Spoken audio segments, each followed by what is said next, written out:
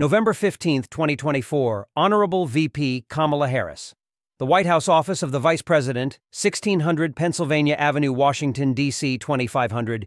Dear Madam Vice President, this is my second duty to warn letter regarding hacking of the 2024 presidential election. The first letter on November 7 was directed to Commonwealth of Pennsylvania officials. Both warnings are made per D&I Clapper's 2015 directive to all agencies and contractors associated with intelligence and financial agency technologies to warn of suspicions of hacking. Professionally, I have worked as the CEO or CTO at 7 high-technology firms, including 2 which specialized in hacking and counter-hacking operations. My clients have included numerous governments: DoD, DHS, DEP, of state, F-100 financials, and F-500 industrials. I am a lifelong Republican who has long placed service and participatory democracy over party. In government, I have twice been invited to SOCOM to give lectures on electronic warfare and techniques to find terrorist money laundering, and gave a keynote speech of the National Counter-Intel Summit on this same topic. I served as an after-action reviewer of communications and data failures on 9/11 under the direction of Jim Woolsey and FDNY Commissioner Scopetta, and later co-wrote multiple hacking risk analysis of smart grid technologies for the Obama administration. You should reverse your concession, call for both a full investigation of criminal activity, and demand hand recounts in all 7 swing states. In my professional view, there are multiple and extremely clear indications the presidential vote was willfully compromised. I wholly agree with the public letter of Duncan Buell et al. Of November 13th stating they believe there is a possibility of hacking and calling for hand recounts. https freespeech4people.org WP Content Uploads 2024 Den 11 Letter to VP Harris 111324 PDF. This letter's clear call to action is commendable, but its cautious tone may belie the severity of what I believe has happened. In my view, it is a near certainty the results have been changed at a scale which reverse the U.S. presidential election. They imply there is a chance a hand recount will show you won more votes. I am stating a hand recount will most likely show you did win. Both letters call on you to act. In my view, a capable and skilled series of exploits, electronic tools, and hacks were used to change the presidential vote in all 7 swing states. These activities have reversed the outcomes in at least Arizona, Michigan, North Carolina, and Wisconsin. I will lay out the basics of the attack, starting with unusual elements within the results. I will then outline 2 processes which could have been followed to insert these false results into the system. Finally, I will outline how I would recommend investigating unusual elements within the results. The results of the attack are improbable in the extreme and well tailored to the sole benefit of your opponent. Approximately 600,000 votes are for Donald Trump, but with no down-ballot choices. These are either inserted bullet ballots for the presidential race or manipulated data fields. They are surgically added to totals in limited jurisdictions and within only the 7 swing states. This historically unprecedented set of numbers found in the 2024 swing states is absent in every other state. In AZ, MI, NC, and WI, the effect of these drop-off votes reverses the voter's will, and even more improbably, always pushes the winning margin beyond the mandatory recount numbers. It is a result too perfect for belief. It is a bespoke and programmed outcome. In other states, including PA and NV, removing these strange and bespoke added votes, it appears Donald Trump may have won the cast votes, but within a margin which would force recounts. The inserted votes raise his totals to avoid any scrutiny during mandatory recount results, which would have slowed his claim on the presidency.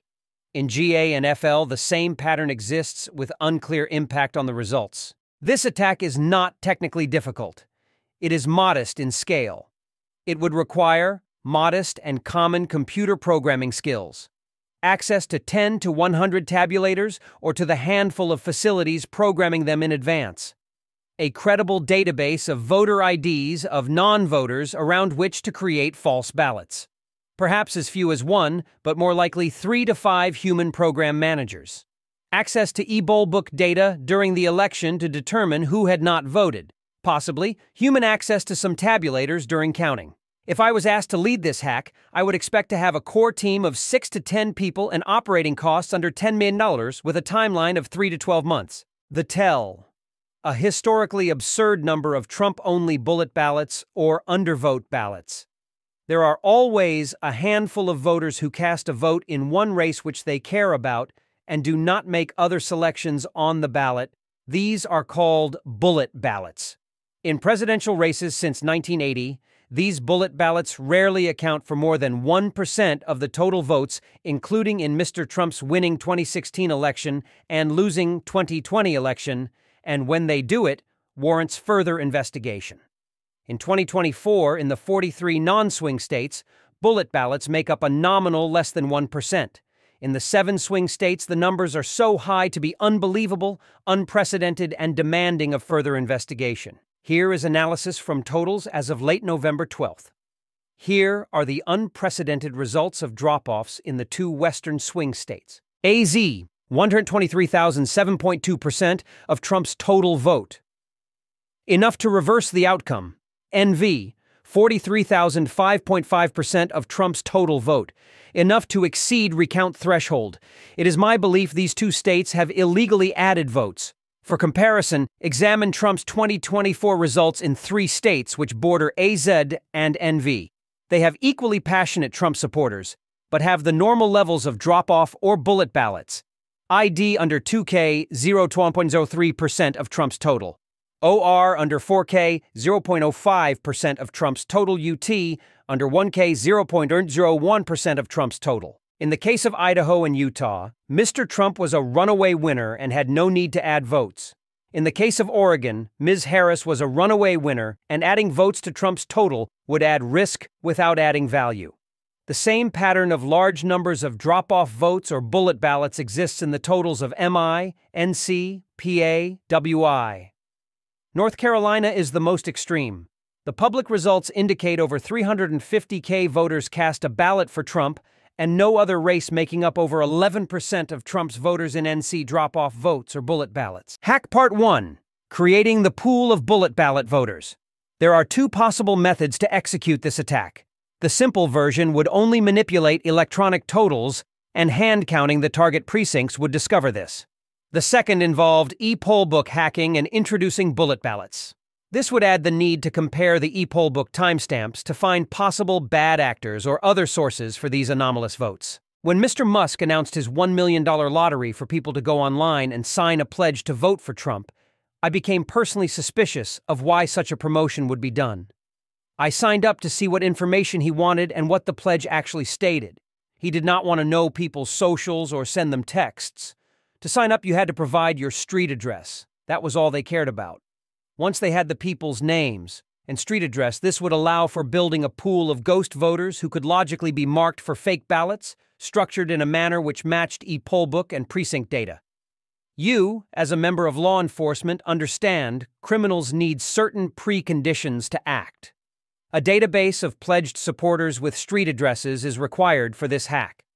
Law enforcement should immediately find the team of programmers who pulled the lottery data capture.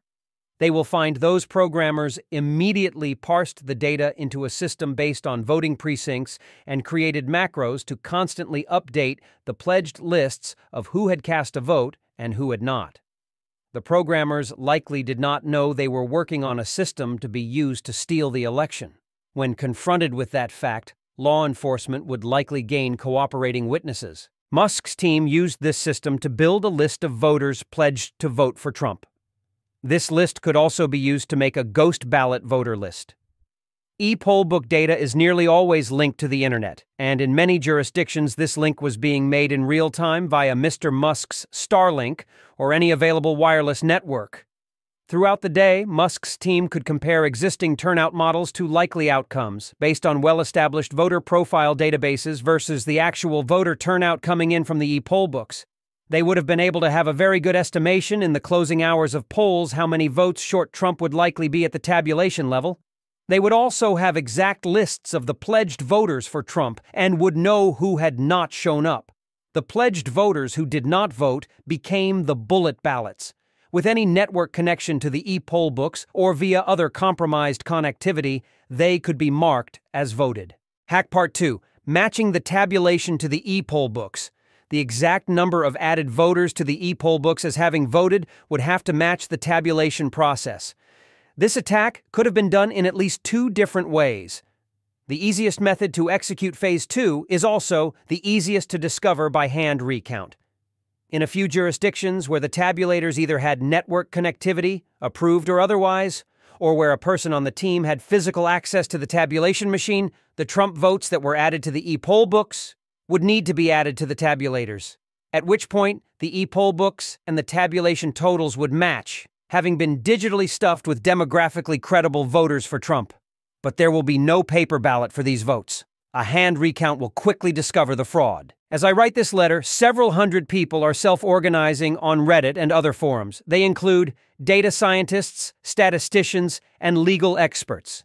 They are examining the precinct-level data of every swing state, and by Monday, these teams will have lists of many precincts where these historically unprecedented Trump bullet ballots occur. The highest likelihood is that those ballots don't actually exist. Those votes were electronically created but have no paper.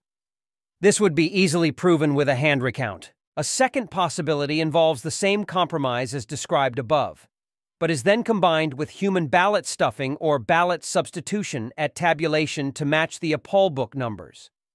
This possibility is raised as it appears these historically unprecedented bullet ballots fall heavily in a few counties. Maricopa County, AZ, seems to be the source of the vast majority, perhaps nearly all, of the AZ bullet ballot voters for Trump. If these ballots were introduced, it would require co-conspirators working inside the tabulation center. I appreciate that many people, even sophisticated people outside this field, think this hack is an impossible task. It is not. Just 8 weeks ago, the world watched a vastly larger and more complicated one. Unknown hackers intercepted over 3,000 communications devices, over 24 months destined for use by Hamas across the entire Mideast. The devices all had additional software, hardware, and explosives inserted. The devices were then delivered to users and functioned normally for months until the hackers triggered the inserted series of exploits and explosions. This hack, the entire world witnessed, was orders of magnitude more complicated than introducing Trump bullet ballots into, at most, 100 tabulation locations. I have personally managed full year-long operations in which hundreds of credit card point-of-sale devices were rebuilt with added hardware and software and inserted in order to discover fraudsters and money laundering. No one knew we were there. The users never were aware. The devices did their normal job processing credit cards for merchants, while they also did a hack job and helped my team and I root out criminals. The access, technical difficulty, and scale of the election hack I am describing is less than either of these, but the effect is vastly greater, and the FBI has excellent people who could address this very quickly. Lastly, this hack methodology may or may not have some correlation with the series of bomb threats called in by Russian-affiliated assets. The use of distraction or diversion of this kind is common. My first thought was, and my thinking remains, these bomb threats were called into tabulation centers and precincts where the hackers had already planned to conduct ghost bullet ballot introductions.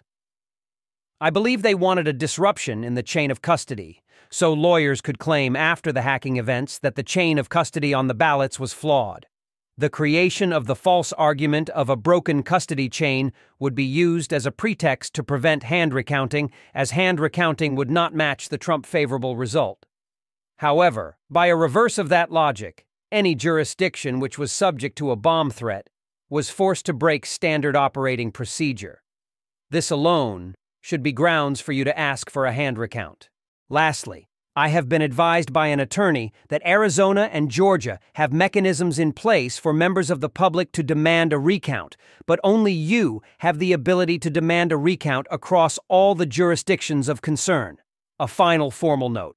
This is principally a duty-to-warn letter. It is also a fulfillment of my constitutional oath of office as possibly the lowest-level sworn office of public trust in America. I was appointed by my township to serve as a local parks commissioner. I am the public appointee to the Mount Nittany Conservancy, a nature reserve. I've spent the last 4 years variously overseeing how public funds are spent on sports fields, kids' playgrounds, hiking trails, and bike paths. To do this, I must make annual conflict and financial disclosures, and I must swear nearly the same oath you did. I am under the sworn obligation to defend our nation against all enemies, foreign and domestic, which I am honored to do. I will continue to investigate with a growing group of volunteers. We are also planning to offer rewards for information. But our efforts to preserve the integrity of this election cannot take this to completion. You, and only you, can call for a full-hand recount and engage the vast public resources at your disposal. I can't. This is all I can do. Let me know how I can help. Sincerely, e-signature, Stephen R. Spoonamore. Stephen Spoonamore, College Township, PA, former CEO or CTO of multiple technology firms.